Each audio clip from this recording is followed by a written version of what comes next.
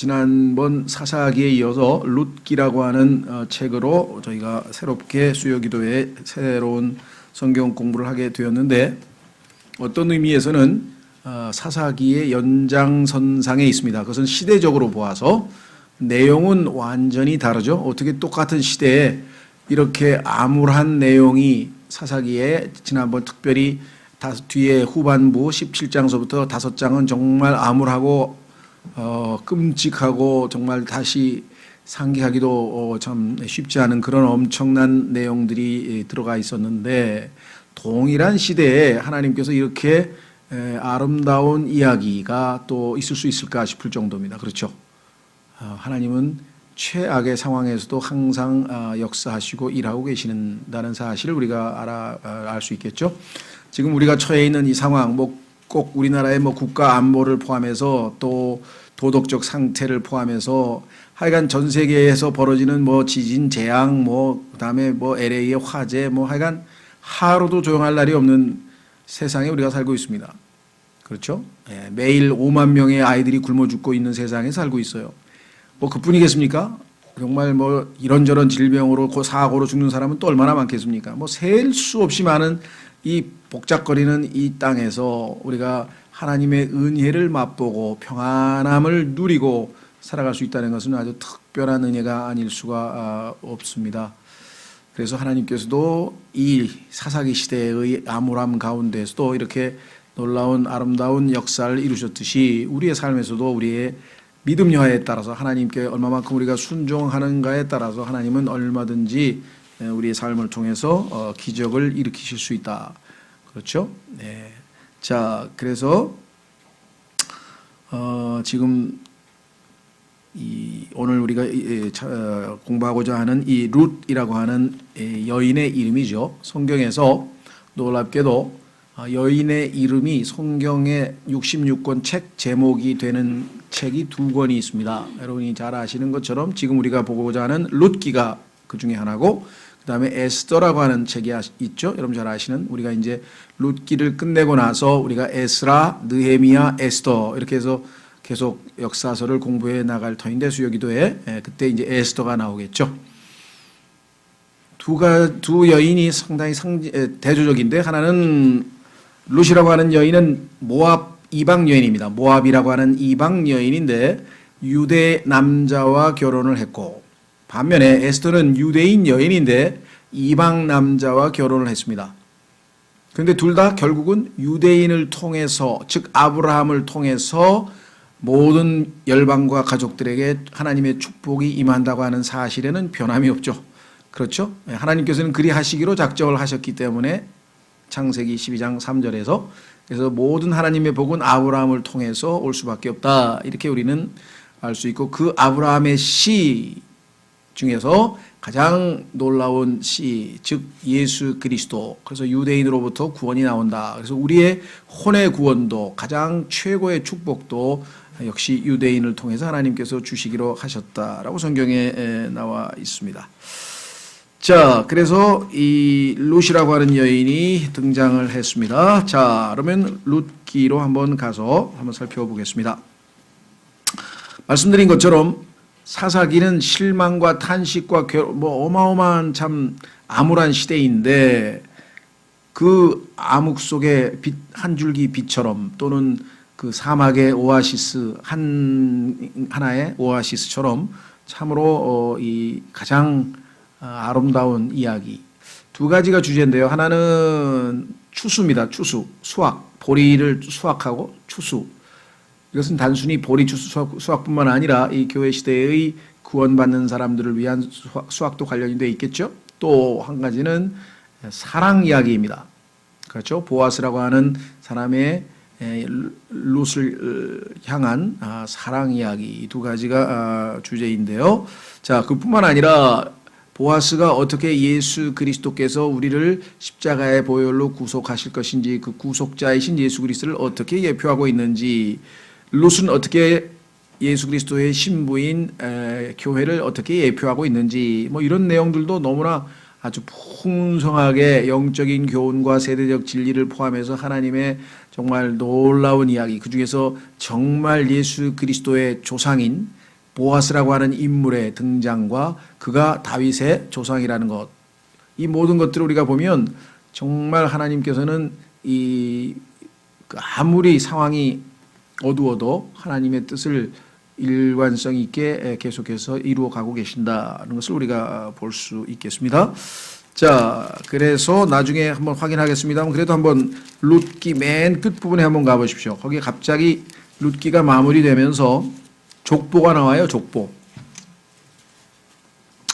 이 족보가 나오는데 이 족보에 룻의 새 남편 된 보아스라는 인물이 들어가 있습니다. 자, 룻기 4장 18절에 이제 베레스의 세대는 이러하니라. 베레스는 헤스론을 낳았고 헤스론은 람을 낳았고 람은 암미나답을 낳았고 암미나답은 나손을 낳았고 나손은 살몬을 낳았고 살몬은 보아스를 낳았고 이 보아스의 새 아내가 된 사람이 룻입니다.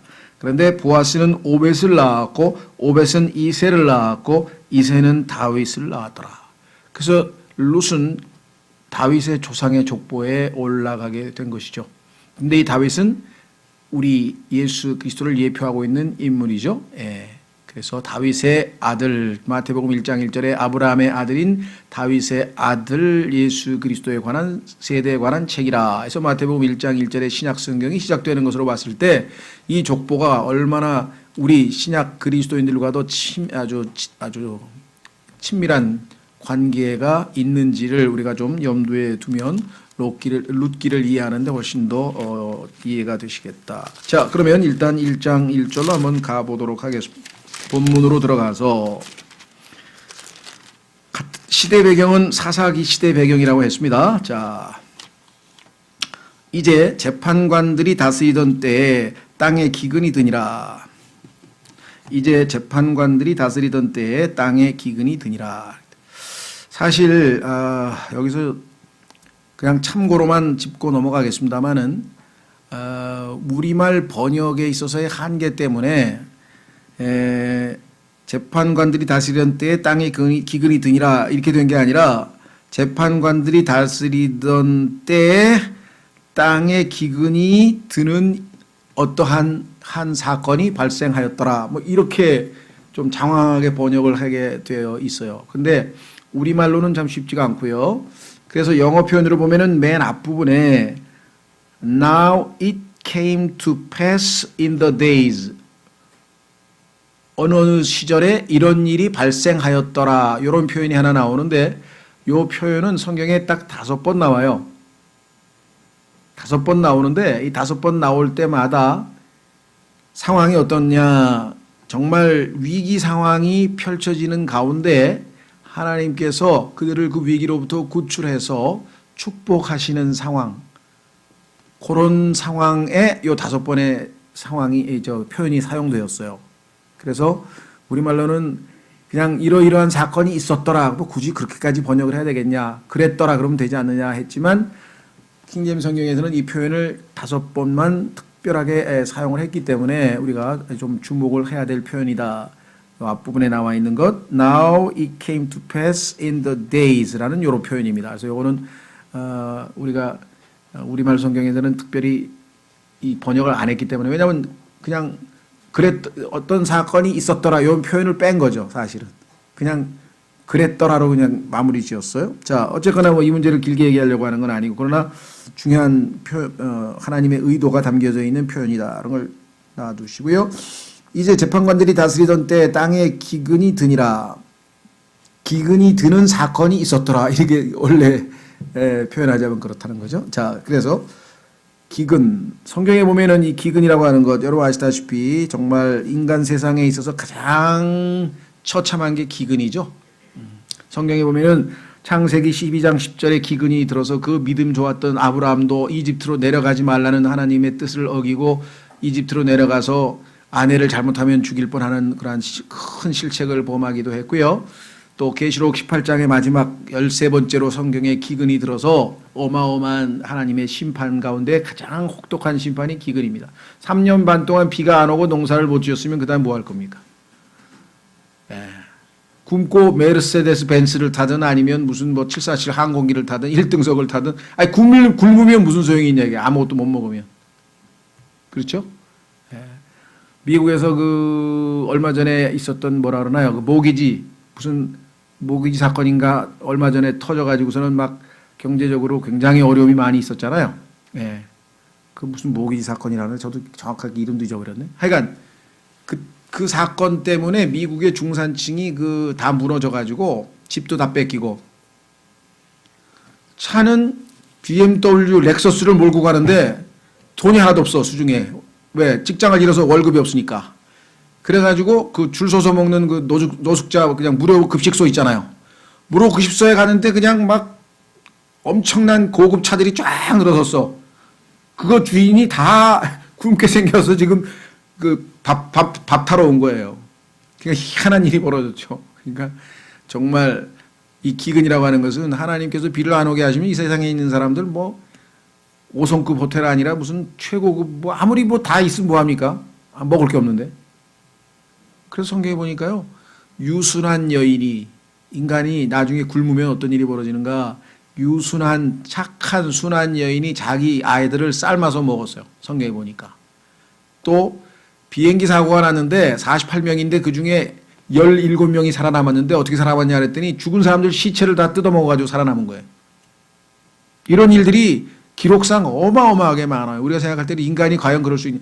굶고서 죽게 생기면 아무것도 안 보이는 거죠. 그렇죠? 예, 그래서 정말 끔찍한 일 중에 하나가 이 기근입니다. 우리나라도 보면은 그 이조 시대에도 그렇고 한번 그 기근이 우리나라도 6.25 때도 뭐 굶어 죽은 사람이 어디 한둘이겠습니까? 아까도 제가 기도할 때 말씀드렸습니다만은 매일 굶어 죽는 어린아이가 유니세프 통계에 의하면 하루에 5만 명씩 굶어 죽는데요. 그게 지금 우리가 살고 있는 이 시대에 우리가 아니 지금 우리는 풍요로움 가운데 살고 있어서 그렇잖아요. 그렇죠? 예. 자, 그래서 이 기근이라는 것은 하나님께서 인간에게 허락하시는 가장 혹독한 어떤 그 심판 중에 하나입니다. 그렇죠? 네. 자, 그래서 뭐 기근에 관해서 길게 얘기할 건 아니고요. 자, 13번 정도 성경에 나온다는 걸 말씀을 드렸고, 인간은 굶으면 결국은 뭐 못할 일이 없다. 그렇죠? 그래서 인간이 배가 고프면 굶으면 그 사람이 영적으로 어떤 수준인지를 알 수 있다. 그렇죠?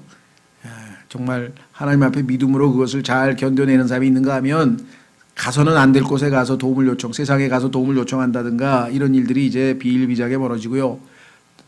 북한에 있는 어린아이들은 꽃제비라고 해가지고 그냥 쓰레기통 뒤져가지고 막 그거 하루에 어떻게 하면 쓰레기통을 뒤져서 내가 굶지 않고 오늘 하루 살아남느냐. 그게 하루의 존재 목적인 어린아이들을 꽃제비라 그러잖아요. 꽃제비 들어보셨죠? 우리나라만 그런 게 아니에요. 막 그 아프가니스탄이고 뭐 방글라데시고 이런 데 가면요 막 쓰레기통 있는데 쓰레기 야적장에 막 전부 다 거기 뭐라도 하나 주워 먹으려고 막 어린애들 다 들러붙어 가지고 그 쓰레기장에서 하루를 겨우 목숨을 부지하는 애들이 그렇게 많아요. 기근. 여러분들 한 끼 먹으면서 정말 감사하다는 마음으로 잡수셔야 돼.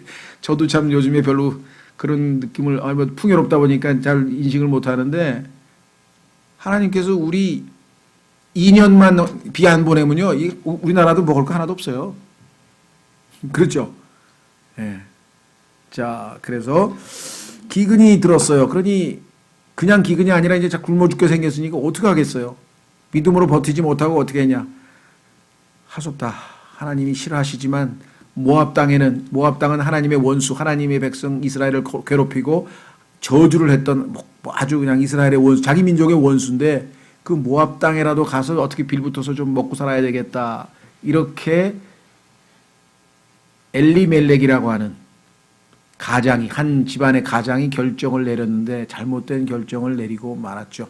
그러나 우리가 그를 함부로 탓할 수도 없는 게 다 굶어 죽게 생겼는데 어떻게 했냐. 엘리멜렉이라는 단어 자체는요. 하나님은 나의 왕이시다. God my king. My king is God. 이런 뜻이에요. 근데 이름은 아주 그럴싸한데 왕이신 하나님께 의지를 안 하고 결국은 이방 땅에 가서 세상을 의지하러 도움을 구하러 가고 말았네요. 그죠? 에스더처럼 그냥 죽으면 죽으리라 하고 그냥 40일 금식 기도라도 좀 한번 해봤으면 좋겠는데 그렇게는 못한 것 같아요. 자, 그래서 기근이 있었던 시대 배경을 염두에 두시고요. 이것은 인간의 본성이 가장 적나라하게 드러날 수밖에 없는 상황이라고 하는 사실을 우리가 여러분들이 알 수 있어야 되겠죠. 성경에도 보면은요, 그런 사람 어린애 잡아먹은 이야기가 곳곳에 등장하는 걸 보면 엄청납니다. 그런데 상당히 역설적이에요. 보세요. 베들레헴 유다의 어떤 사람이 베들레헴 유다 지방에 베들레헴이라는 도시가 있었는데 벳이라고 하는 것은 집이라고 그랬죠. 하나님의 집 할 때 벳엘 하나님의 집 벳이라는 말은 집이란 뜻이고 레헴이라고 하는 말은 빵입니다. 베들레헴은 빵의 집이에요. 그런데 예수님께서 생명의 빵이죠. 신기하죠? 그래서 생명의 빵 대신 예수님은 빵의 집에서 태어나셨는데 아니 빵의 집에 왜 기근이 들어서 먹을 게 없어? 빵의 집인데 이름은 빵의 집인데 신기하죠? 역설적이죠? 빵의 집에 기근이 들었다. 인간이 아무리 요리조리하고 이름을 그럴싸하게 지어도요 하나님께서 결국은 뭐 지금 허락하신 아주 극한 상황에 놓이게 됐습니다. 그다음에 유다는 하나님을 찬양한다는 거예요. 그럼 빵의 집에서 하나님을 찬양하는 동네에서 왜 기근이 들어서 지금 이런 일이 벌어졌는가? 불행이 벌어졌는가? 이들의 우상 숭배와 하나님에 대한 불순종 때문에 생긴 일이겠죠. 자, 어떤 사람이 자기 아내와 두 아들을 데리고 모압 지방에 가서 머물렀는데 근데 모압 지방은 하나님께서요 모압 민족은 아주 낮게 평가하고 못되다고 아주 해서 하나님의 성전 안에 성소 안에 모압과 암몬 족속은 절대로 들이지 말라라고 하나님이 명하신 민족이고 아시다시피 이들이 발람을 고용해 가지고 이스라엘을 저주하려고 했던 그런 민족이고 그 다음에 또 사사기 3장에서도 18년 동안 쳐들어와 가지고 이스라엘을 노예로 삼아서 식민지로 18년 동안 부려먹던 민족이고 이스라엘의 그냥 어떻게 보면 철전지 원수 중에 하나인데 아시다시피 어디서 발생한 민족입니까? 롯이 아브라함의 조카 롯이 자신의 딸 두 사람이 있었는데 딸에 의해서 의해서 태어난 민족이 암몬 족속과 모압 족속 아니에요. 그렇죠? 그러니까 이게 태생서부터 시작해가지고 뭔가 안 좋은 그러한 민족인데 왜 하필이면 그 땅으로 갔을까? 뭐 거기에 그나마 먹을 게 있다는 소문이 들렸나 봐요. 모압 땅으로 갔어요. 그 사람의 이름은 엘리멜렉이요. 아까 말씀드렸죠? 이름은 너무 멋있습니다. 나의 왕은 하나님이시다. 이런 이름인데 사람들이 부를 때 참 신기하죠. 엘리멜렉이라고 사람들이 이름을 계속 불렀을 텐데 행동은 그에 따르지 못했네요. 우리도 이름값을 못하는 사람들이 많이 있죠. 이름값을 우리가 못할 때가 있는. 그의 아내의 이름은 나오미. 나오미는 즐겁다는 얘기인데 지금 굶게 생겼는데 뭐가 즐거운지 모르겠습니다. 나오미 부를 때마다 배는 고픈데 즐거워요. 부르면 얼마나 이상했겠어요. 분위기가. 그의 두 아들의 이름은 말론은 병들었다는 얘기고 기료는 기력이 쇠해서 뭔가 아주 그냥 뭐라고 표현해야 되나? 아주 처참하다 또는 막 뭔가 아주 갈급해서 지금 뭔가 막 그 요구하는 막 달라고 요구하는 급한 청구하는 뭐 이런 좀 부정적인 이름을 붙였어요. 그러니까 아버지 어머니 이름은 좋았는데 이민 가가지고 거기서 고생하면서 애는 아프고 또 아주 그야말로 비실비실한 아들이 태어났는지 이름도 아주 이상하게 지어놨어요. 그래서 왜 이렇게 이름을 이상하게 지었는지 모르겠어요. 그죠? 성경에 보면 그런 이름 짓는 것 많죠. 이삭도 누굽니까? 그 어머니가 피식하고 웃었잖아요. 그렇죠? 무슨 내 나이에 아기를 낳긴 뭘 아기를 낳아 하고 웃었더니 하나님께서 그래 네 아들의 이름은 이삭이라고 하라. 웃음이야 웃음. 너 웃었어. 하나님의 말을 비웃었어. 이삭이라고 부를 때마다 아마 마음이 뜨끔했을 것 같아요. 괜히 웃었네 막. 하나님께서 성경에 보면 이름들이 참 신기한 이름들이 많습니다. 자, 어쨌거나 문제는 어디에 있느냐? 이들은 베들레헴 유다의 에브랏 사람들이더라. 그들이 모압 지방에 들어가 거기에 계속해서 머물렀는데 여기에 문제가 있네요. 자, 그러니까 1절에 있는 머물렀는 데는 영어로 sojourn이라고 하는데 일시적인, 그러니까 우리로 치면은 급하니까 우선 잠시 피해서 배 좀 곪지 않게 하고 자기 고향에서 이제 농사 잘 지어지면 다시 돌아오려고 뭐 1, 2년 생각하고 갔는지 잘 모르겠는데 야곱도 그랬죠.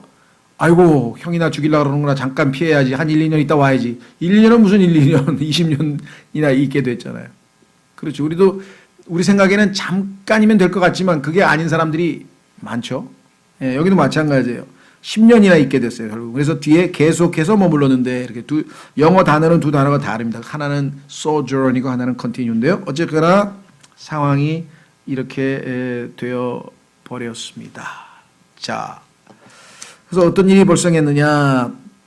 나오미의 남편 엘리멜렉이 죽고, 살기 위해서 지금 먹고 살기 위해서 갔는데 죽었습니다. 하나님의 뜻을 어기고 갔는데. 두 번째, 나오미와 그녀의 두 아들이 남았더라. 과부하고 둘이 남았는데 그 다음에 어떤 일이 벌어졌나 보세요. 그들이 모압 여인들 중에서 아내를 취하였는데 하나님께서 하지 말라는 일만 골라서 했는데 하나님께서는 분명히 이스라엘 사람들은 이방 여인들하고 결혼하지 말라라고 성경에 분명하게 율법에 기록을 해놨는데, 그렇죠. 물론 오늘날에 또 뭐냐면요, 우리 그리스도인들도 성경에 보니까 이 믿지 않는 자와 멍에를 매지 말라. 어떤 분들은 멍에 매지 말라고 하는 게 그게 결혼하지 말라는 것이라는 정확한 뜻이냐 이렇게 따져 묻는 분이 있어요.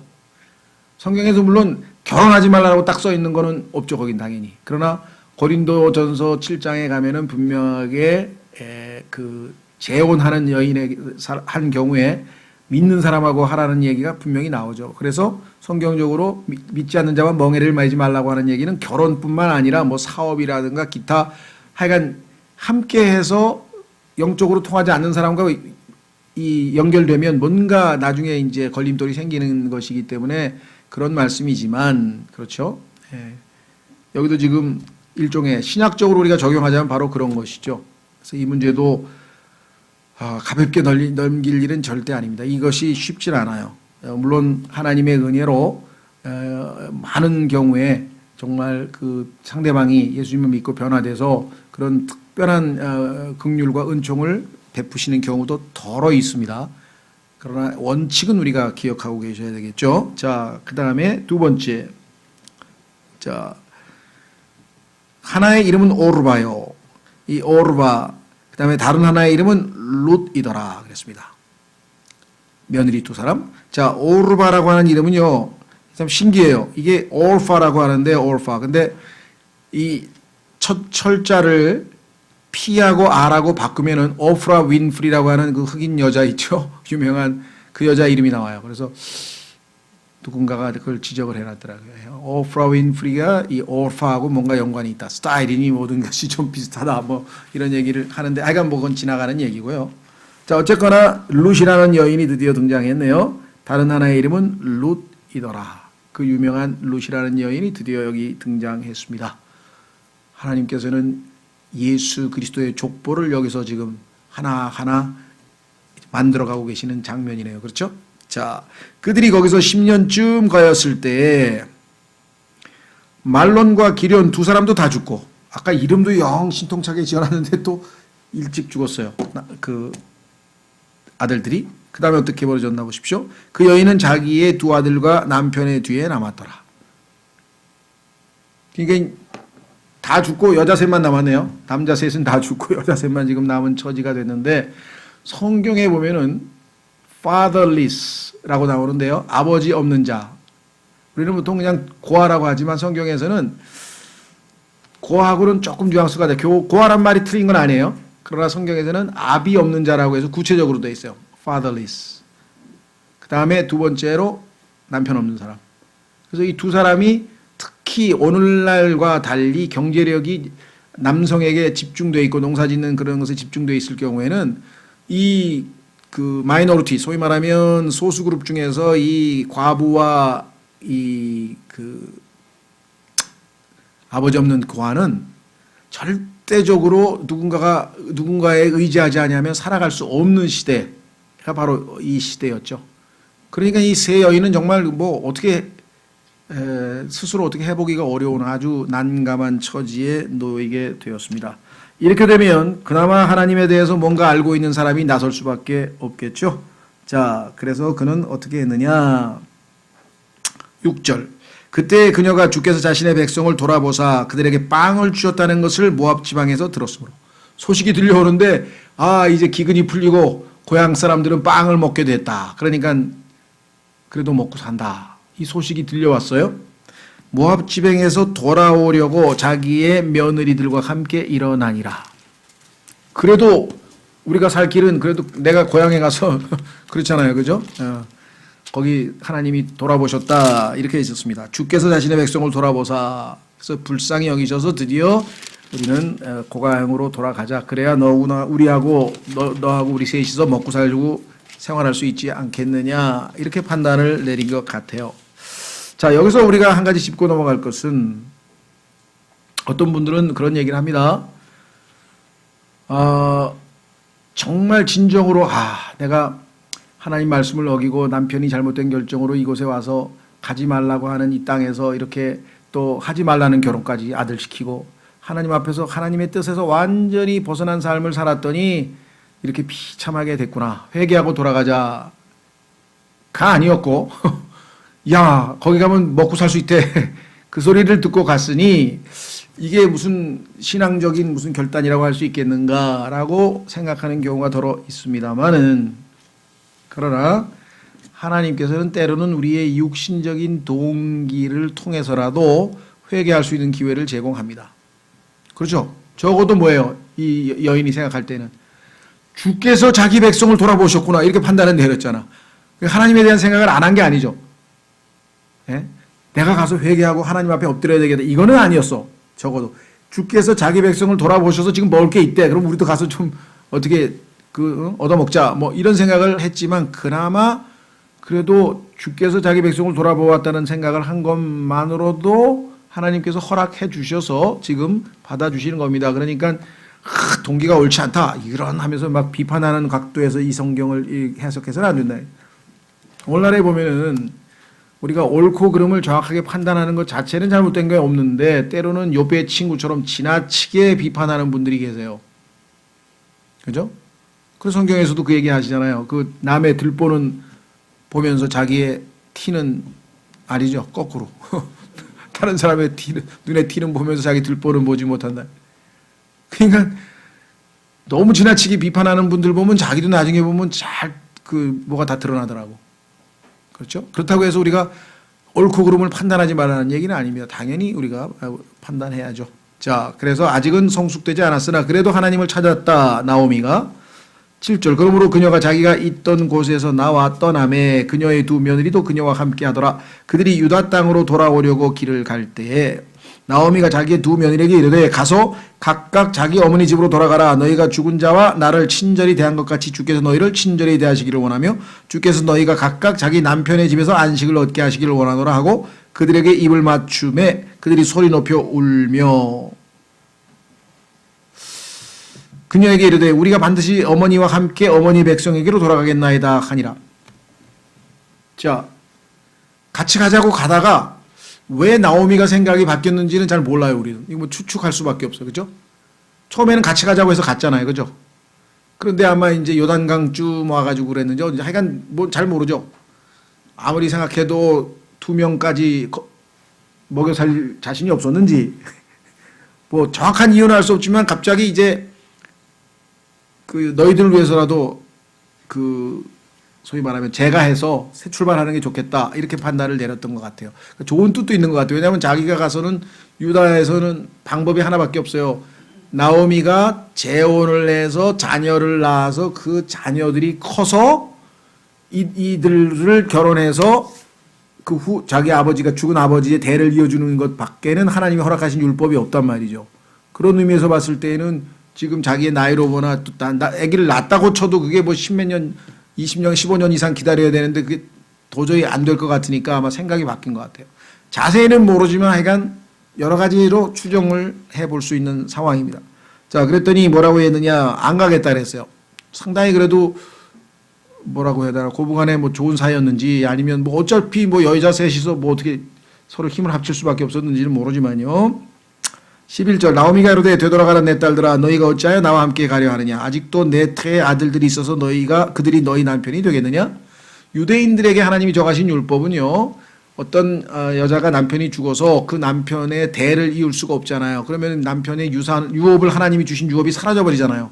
그래서 하나님께서는 어떻게 하냐면은 자기 형제들 중에서, 우리가 생각할 때는 요즘 우리가 가지고 있는 우리의 가치관과 도덕관으로 보면 어떻게 그런 짓을, 그런데 하나님의 관심은 그게 아니에요. 하나님은 자신이 예를 들면은 말론에게 준 유업이 있을 거란 말이에요. 근데 그 유업이 중단되잖아요. 자녀가 없으니까. 그래서 가장 형 또는 동생, 그 형제 중에 누군가가 대를 이어주도록 법을 정해놨어요, 하나님께서. 그래서 그렇게 하지 않으면 안 되는. 그러다 보니까 지금 나에게 아들이 없는데 너희 둘이 어떻게 남편을 얻을 수 있겠느냐. 그 다음에 뭐라고 했나 보세요. 12절. 되돌아가라 내 딸들아 너희 길로 갈지어다. 나는 너무 늙어서 남편을 두지 못하노라. 지금 내가 어떻게 결혼을 하느냐. 가령 내가 소망이 있다고 말하거나 혹은 오늘 밤에 남편을 두어 아들을 낳는다 하자. 그래, 어쩌다가 뭐 나 좋아하는 남자가 있어서 어떻게 했다, 결혼했다, 그럼 자녀를 낳았다. 그럼 너희들이 계약하고 결혼하려면 얼마나 더 기다려야 되냐 이거야. 그렇죠, 상식적으로. 그들이 자랄 때까지 너희가 그들을 기다리려느냐? 그들로 인하여 너희가 남편 두기를 멈추겠느냐? 그러니 지금 그냥 너희 고향에 가서 내 딸들아, 아니라 주의 손이 나와서 나를 치셨으므로 내가 너희로 인해 심히 괴롭도다 하매. 주님이 나를 쳐서 내 아들 다 죽이셨으니 참 너희 때문에 내가 참 너희가 불쌍하고 안타깝고, 그러니 너희는 너희 고향으로 돌아가서 새 출발해라. 너희 민족 사람들, 민족에 있는 남자와 결혼하라. 이렇게 얘기를 했습니다. 그들이 소리 높여 다시 울더라. 여기 이제 사람의 속마음이 드러나네요. 오르바는 자기 시어머니에게 입을 맞추되 룻은 그녀에게 굳게 붙음으로. 입을 맞춘 거는 이제 이별 키스를 한 거예요. 이제 어머니 뜻대로 하겠습니다. 이렇게 된 거죠. 그러니까 이 여자는 아무리 생각해봐도 거기 가서 뭐 자기 앞길이 그냥 캄캄한 거예요. 그렇죠. 그래서 지금 생각을 바꾼 겁니다. 그래서 이제 돌아가게 됐고, 다만 룻은 어떻게 했나 보세요. 그녀에게 굳게 붙음으로. 그녀가 또 이르되 보라 내 동서는 자기 백성과 자기 신들에게로 돌아간다니. 여기에 이제 문제가 있군요. 자, 백성뿐만 아니라 신들에게로 돌아간다니 너도 내 동서를 따라 돌아가라 하매. 자, 16절부터는요. 세계 문학 사상 이보다 더 아름다운 표현이 있을까 싶을 정도로 아주 극찬을 받는 표현인데요. 이런 거죠. 룻이 이르되 나보고 어머니를 떠나며 어머니를 따르지 말고 돌아가라고 강권하지 마소서. 자, 그 다음에 보세요. 이게 이제 아주 사람들이 이런 아름다운 문장은 더 이상 없다고 아주 칭찬을 받는 표현인데, 어머니께서 가시는 곳에 나도 가고 어머니께서 머무시는 곳에 나도 머물리이다. 어머니의 백성이 내 백성이 되고 어머니의 하나님이 내 하나님이 되시리니 어머니 곳에서 죽는 곳에서 나도 죽어 거기 묻힐 것이니이다. 만일 죽는 일 외에 어떤 다른 것이 나와 어머니를 갈라놓으면 주께서 내게 벌을 내리시고 더 내리시기를 원하나이다 하매. 어떤 사람에 대한 신뢰와 애착과 그다음에 사랑의 표시를, 신뢰의 표시를 이렇게 수려한 문장으로 표현한 게 어디 있는가 해서 이거 세계 문학사상 아주 가장 유명한 문장들이라고도 얘기를 하는데, 어떻게 모압에서 나온 이방 여인의 입에서 이렇게 멋진 이야기가 나왔는지는 잘 모르겠어요. 그렇죠? 우리가 봐도 참 그 마음이 절절히 느껴지죠. 어머니하고 같이 가겠다는 표현을 이렇게 하잖아요.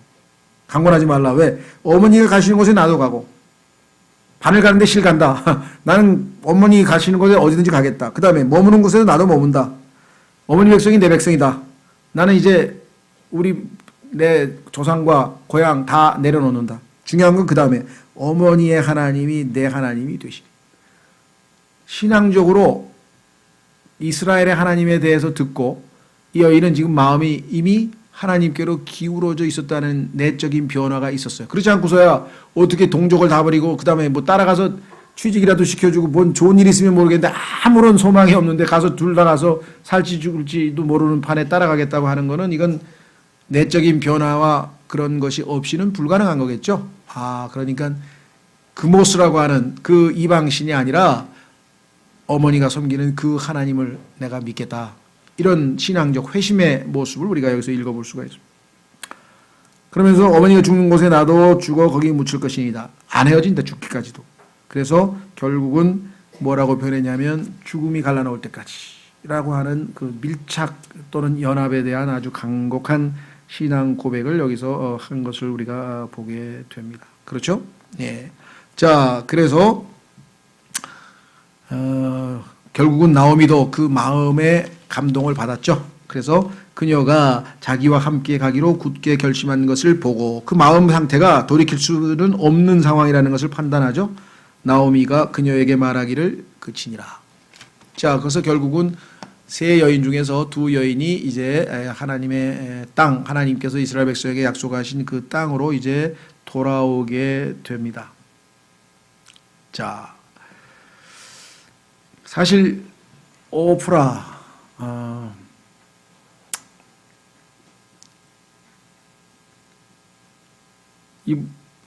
탓할 수도 없죠. 그렇죠? 이 상황에서 뭐 우리가 어떻게 그렇게 믿음이 없냐고 뭐 이런 식으로 성경을 볼 수는 없고 참 안타깝죠.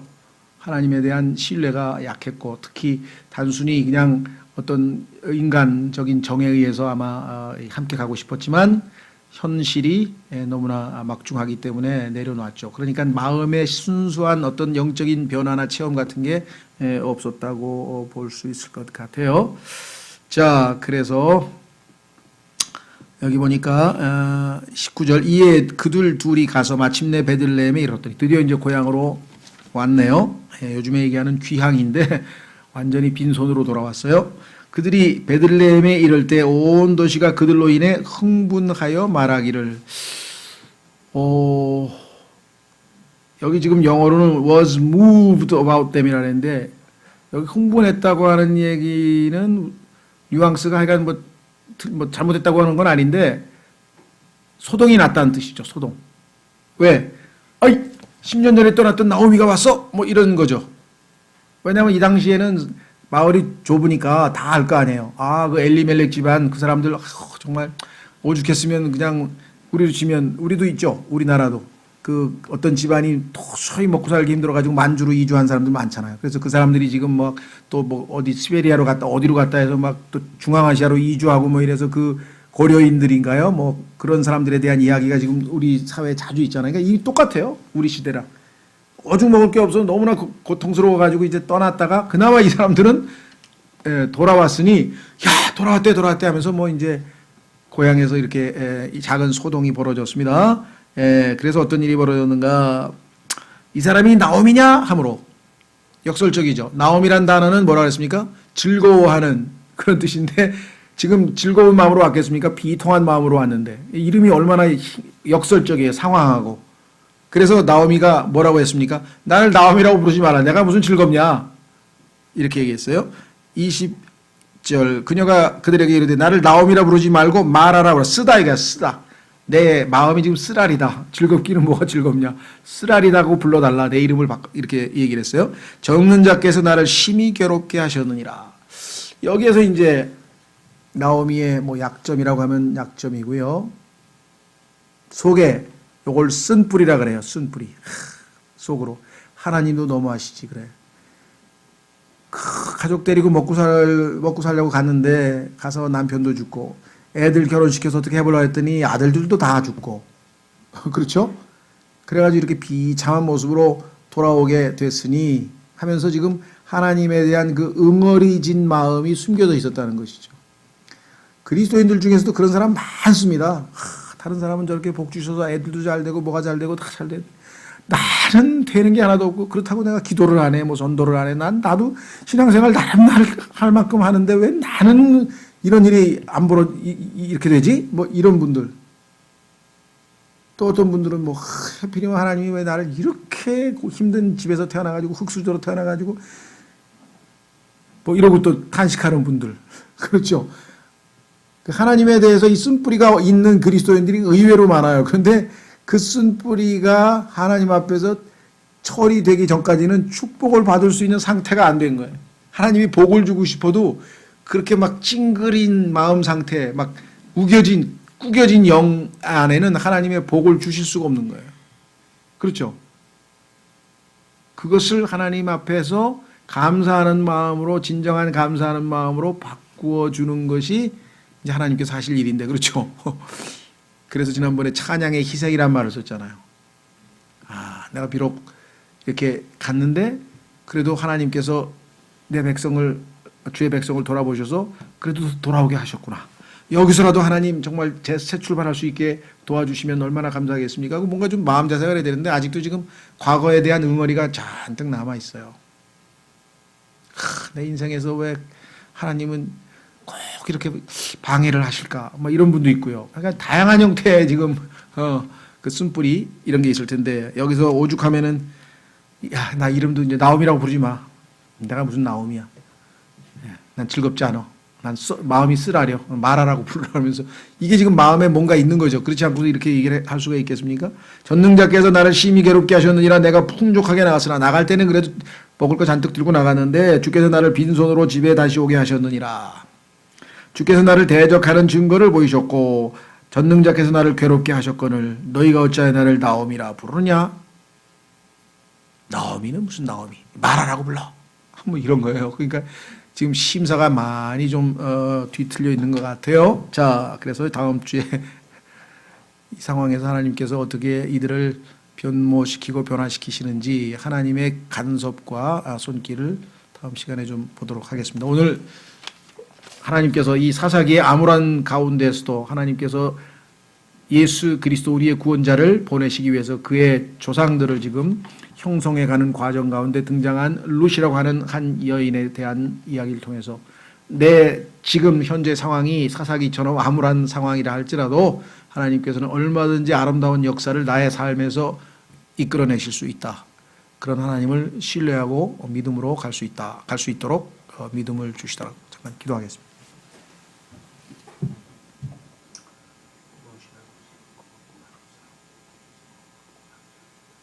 아버지의 도우심과 은혜로 우리가